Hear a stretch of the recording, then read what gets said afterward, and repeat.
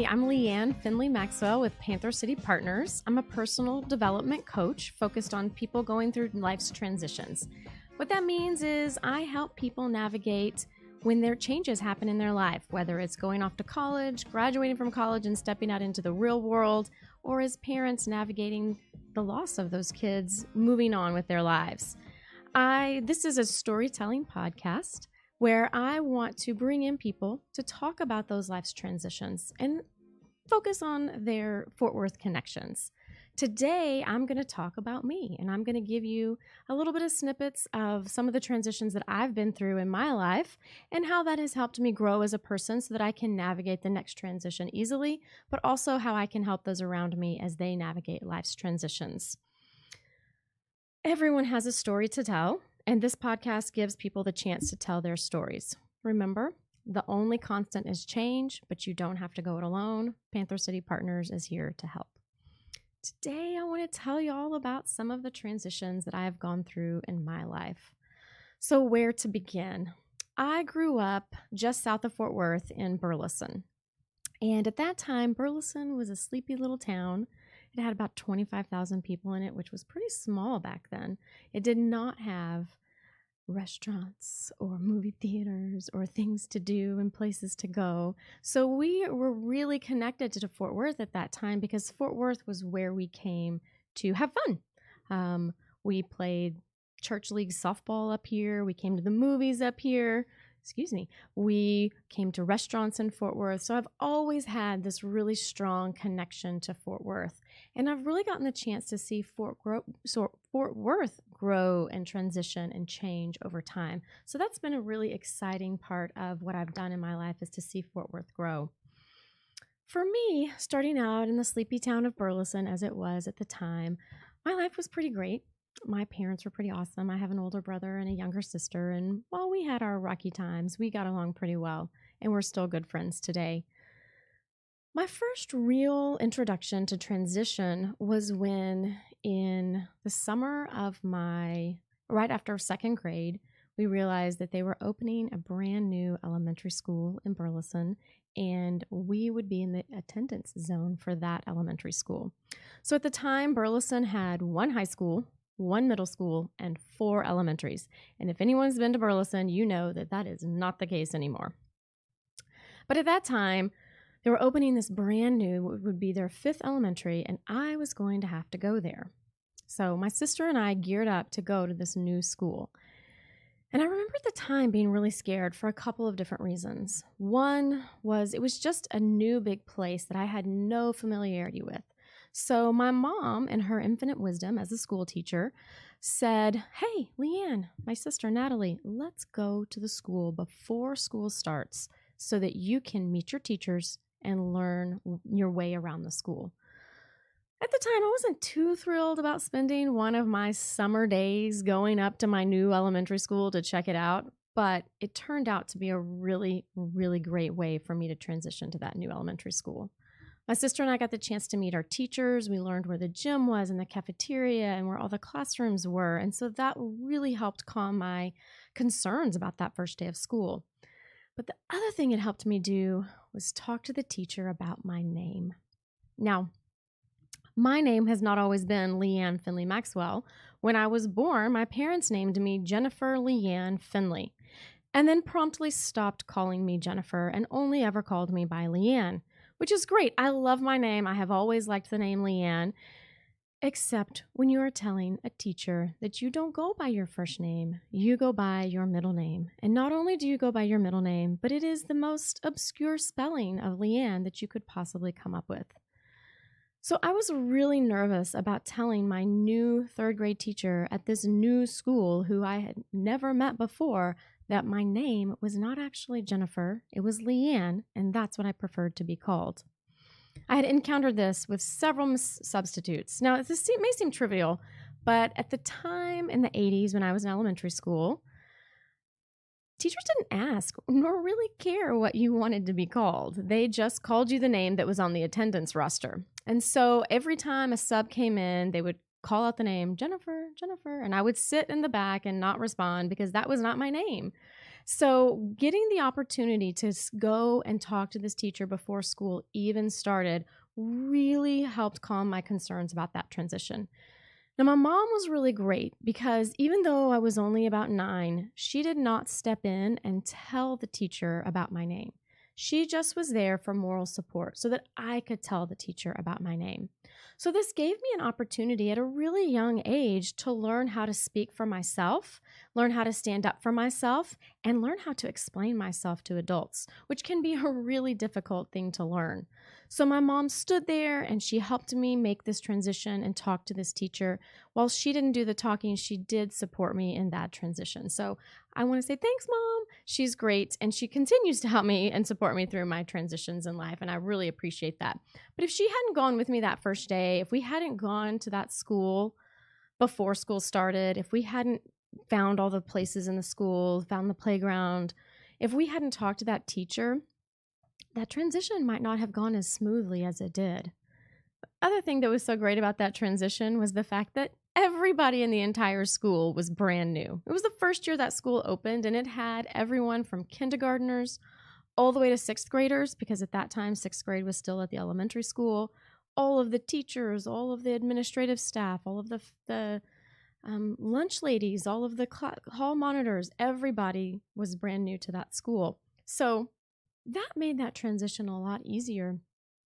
Even at the time, I remember thinking, I'm not alone here. Everybody's going through this at the same time.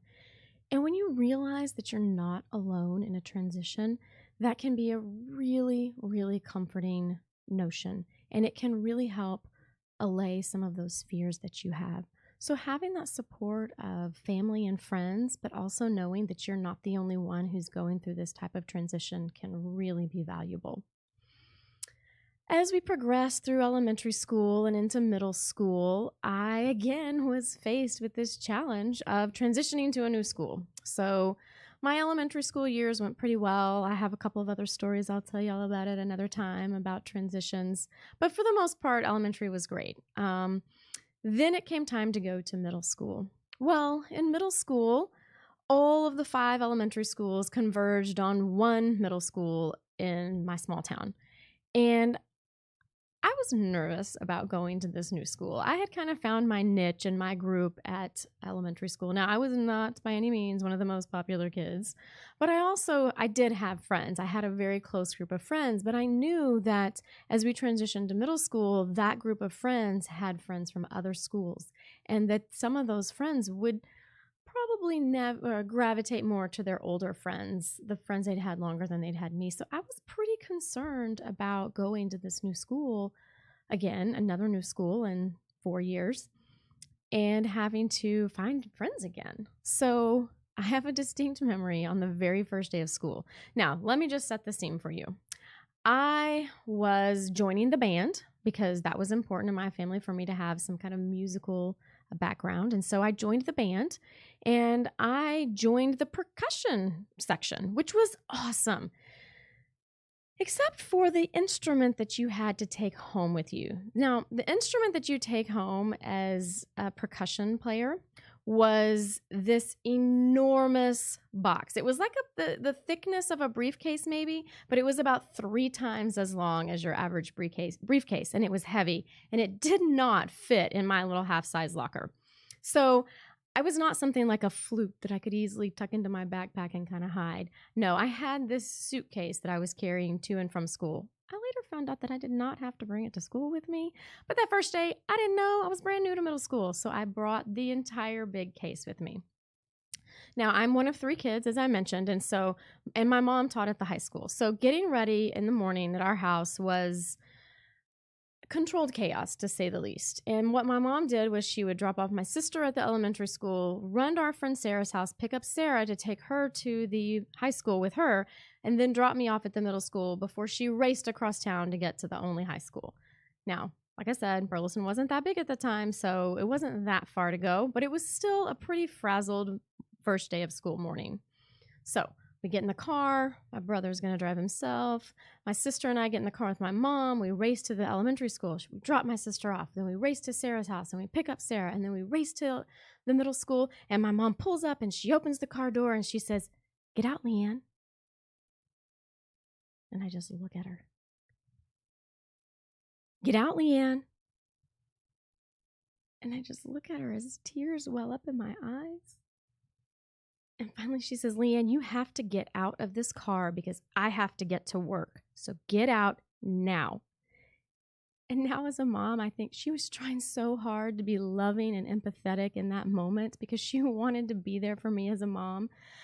But she had no time for that business. So I grabbed my backpack, I grabbed my suitcase of an instrument, and with tears streaming down my face, my Keds on, my little skirt, my pencil skirt, and my button-up flowered shirt, I walked into that school.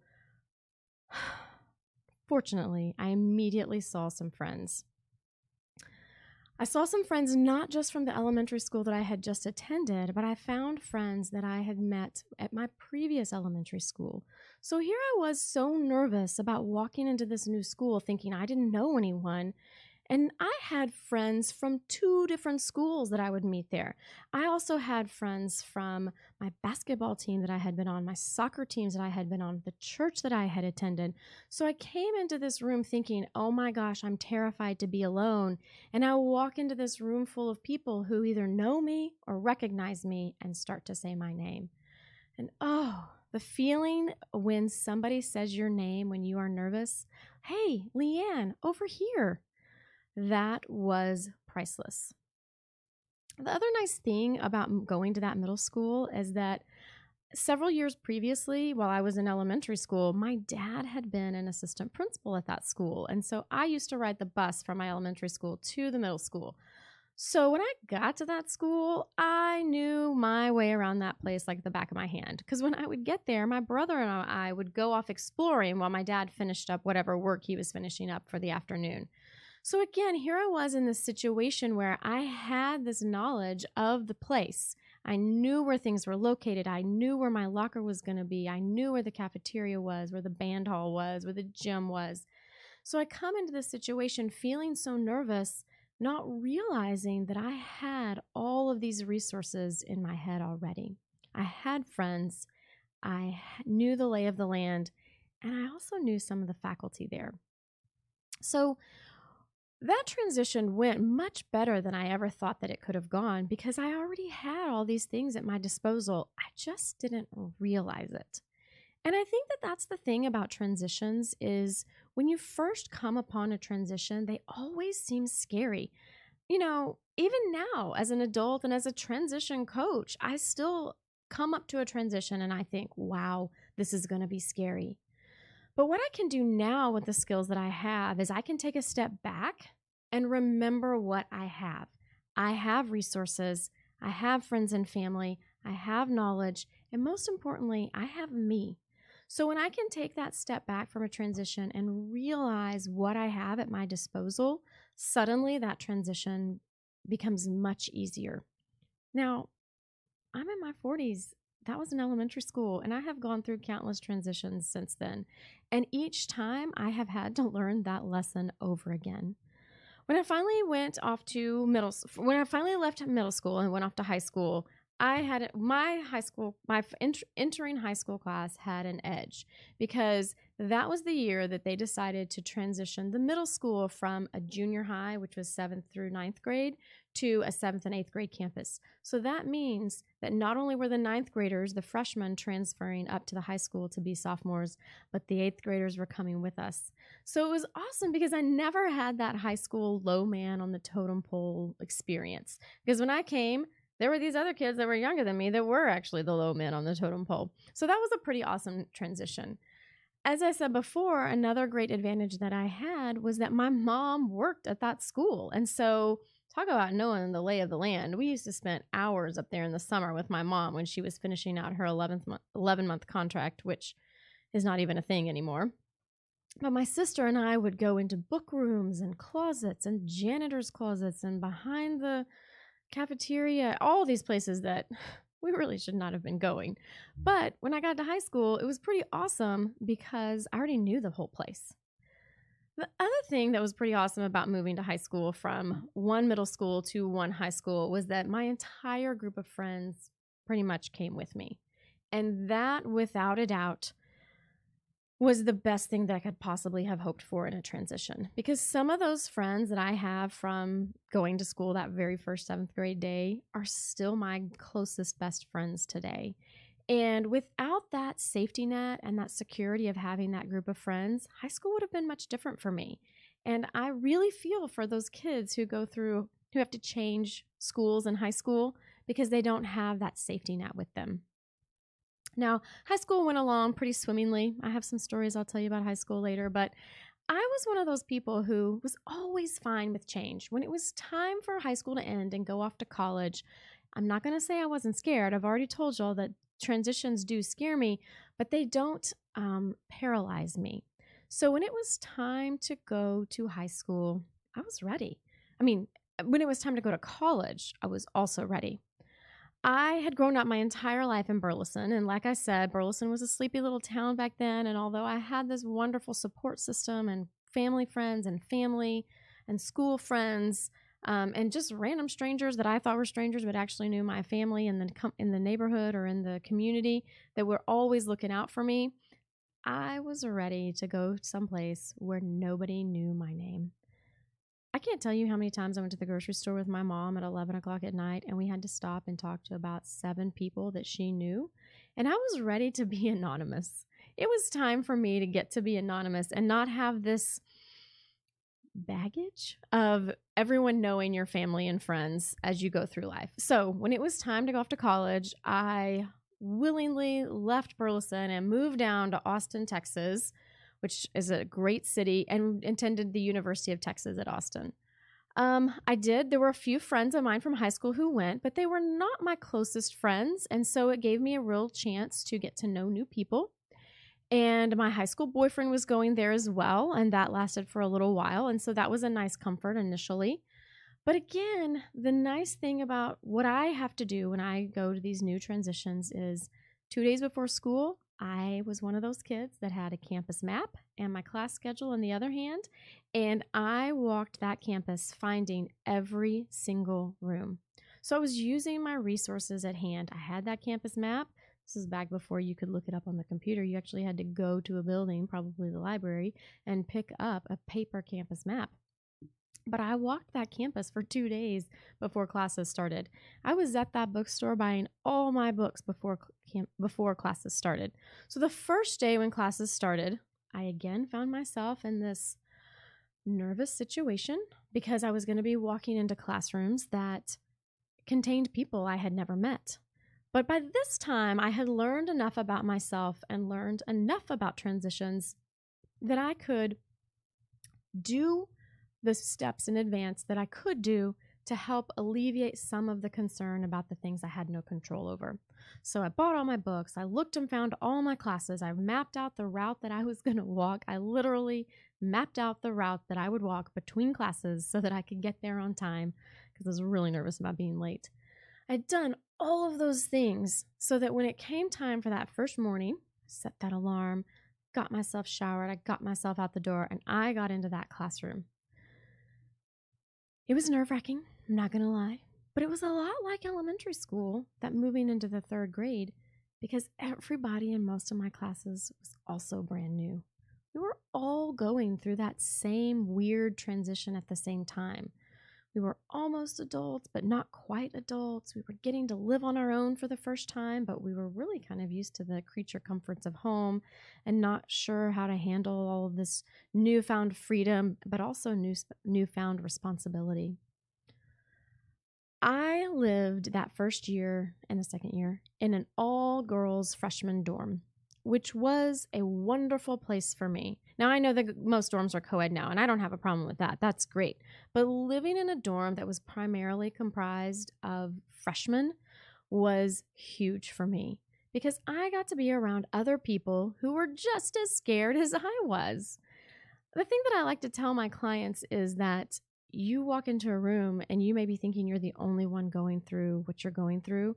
But in that freshman girls' dorm, I knew that wasn't the case. All of the people in that room were brand new to that campus. Whether they had had older siblings or parents or friends who had attended that school or not, moving there and being away from your support system at home, everyone was going through that scary transition at the same time.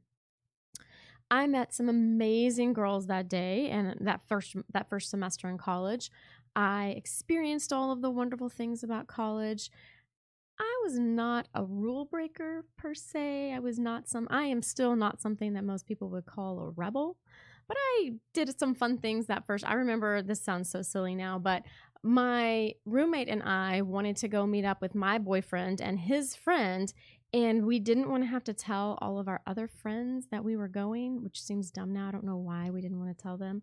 So we snuck out of the dorm and we had to climb a fence, and I ripped my pants on the fence. And I had several of these just quintessential college experiences that first semester, and I just loved college. But when I came home at Christmas and I got to be around all of my friends from home and my parents and my sister and my support system that I had grown up with, I got scared again. And I remember standing in the laundry room with my brother. I think it was the night before I was supposed to go back to school to drive back to Austin. And I was just sobbing. And I remember Matt asking me, "What's wrong?" And I just looked at him and I said, "I don't want to go." And he said, "What? What do you mean you don't want to go?" And I said, "I'm scared. I like it here. My friends are here. My stuff is all here. College is just, it's just too big. It's just, that space is too big for me." I was used to being the big fish in a small pond, and suddenly I was a minuscule fish in this huge pond. And if you'll remember, that's exactly what I wanted. But here I was at that Christmas break thinking, oh my God, that's not what I want. I want to be here instead. And I have to give my brother a lot of credit. You know, this is a guy who had actually gone to UT and had been uninvited from attending the school anymore. And he looked at me and he said, "I know you're scared. I remember being scared too, but you have to go back." He just really, really made me understand and really drove it home that if I didn't go back, I would forever be regretting. I would forever be wondering, what if? What if I had finished? What if I had gone back to UT? There was no reason for me to stay home. My grades were fine. My dorm room was still there. I had had no disciplinary problems. It was just my own personal insecurities that was causing me to feel like I shouldn't go back. But my brother was adamant. You have to go back. You just have to, Leann. I know it's going to be scary, but you have to do it. So I cried a little more. I'm pretty sure he hugged me, which was a pretty big deal, you know, because older brothers are not super always very sensitive and sweet to their younger sisters. But he did. He hugged me and he just said again, you have to go back. To this day, I say thank you to my brother when I see him, because if he had not encouraged me and practically forced me to go back, I wouldn't be where I am today. I went back. I was scared again, but it was so much easier going back after Christmas. And by the time I left at the end of the spring semester, I did come home for the summer. I couldn't wait at the end of that summer to go back to school. I was so excited to get to be. It was hard that first summer home. I don't know, for those of you who've gone off for a little while and then come back to live with your parents, that is a whole different kind of transition of, you've been on your own for a while and now suddenly you have to come back and deal with these people's rules, and they're different rules than you're used to dealing with. So I was super happy to go back after that summer. But I want to point out that there are several things in these transition stories that I've told you today that I want you to be aware of that have helped me through my transitions. And it's the knowledge that I really try hard to impart to the clients that I have. So first, let me tell you, I work mostly with students who are navigating college and then after college, but then I also work with a lot of moms who are maybe transitioning back into the workforce, or parents who are navigating kids, which we'll talk a lot about kids. What I've learned with working with those clients, but what I've really learned with working with myself, is that the big takeaways are that you have to prepare. In all of these stories that I've told you today, I've let you know how I was able to prepare. Now, some transitions can come at you sideways and you may not have the opportunity to prepare for them. But for the vast majority of transitions, we have the opportunity to prepare. We know that we're going to be moving. We know that we might be changing jobs or that we're thinking about changing jobs. A lot of us plan that we want to have children, or we plan that we want to enter into a relationship with someone. So a lot of the transitions that we go through in our life, we have the opportunity to prepare for them. So preparation looks different for different people. For me, it was using that map and walking that whole campus and figuring out where to go. It was using the knowledge of the fact that I had had other people go through some of these transitions. The next point is, in addition to preparation, you really want to lean on your family and friends. I leaned on my mom when I transitioned in that elementary school. When I went to a new school, she really helped me get through that transition. I leaned on my dad and my mom, but my dad, knowing that I had been on that campus before and I could use the skills that he had taught me being there, I leaned on him when I went to middle school. When I went into high school and then I went into college, I really leaned on my brother. Now, I've left my sister out. We have leaned on each other plenty of times, which I'll share with you. But leaning on those family and friends, going off to college, making new connections and building up a new support system was really tough at first. But I was able to do that because I had experience with other support systems and other people to lean on. And so that made building those new connections that much easier. The final thing that I want to say about transitions those first initial transitions is that you really have to trust yourself. You have more in you than you know. You have a spirit and you have a drive and a willingness to succeed that probably is immeasurable. And sometimes, some days you probably forget that it's there. I know I do. But if I take that step back before I enter into a transition and I really think about how can I prepare for this, who can I lean on, and how can I trust myself, then I am way more prepared for that transition than I possibly could be. Using the resources that you have, using these skills as you navigate into the next transition will help you tremendously. But here's the thing, is they can also help your friends and your family navigate transitions. So if you have a friend who is having a new baby, what can you do to help them prepare? How can they lean on you or other friends? And how can you tell them about trusting themselves? Right now, I have 4 of my college students that I've been working with for a while that are transitioning from college into the real world. And I remember that is a very scary situation to be in, a very scary transition, because you have just spent, since you were probably 3 or 4, all the way up to 22, 23 in school, between preschool to elementary to middle school to high school and now college. You've constantly had the sameness about your life. It was education. And now, if you're not going to grad school right after college, which a lot of people are not, you are suddenly thrust into a completely new paradigm, a completely new way to experience the world. So if you go into that transition knowing how you can be prepared, thinking about where you can look for jobs and what kinds of jobs you're looking for, if you can lean on family and friends, mostly emotionally, but sometimes a little bit financially, and trust yourself. Know that you've gotten a great education, that you can use your skills in ways that you never thought that you could use them. Trust yourself and you can navigate these transitions. So I want to say thank you for listening to my first podcast. I really, really appreciate you being here today. I have one last story that I want to tell about transitions before we stop, because this is the point when I knew in my life that transitions were going to be my thing.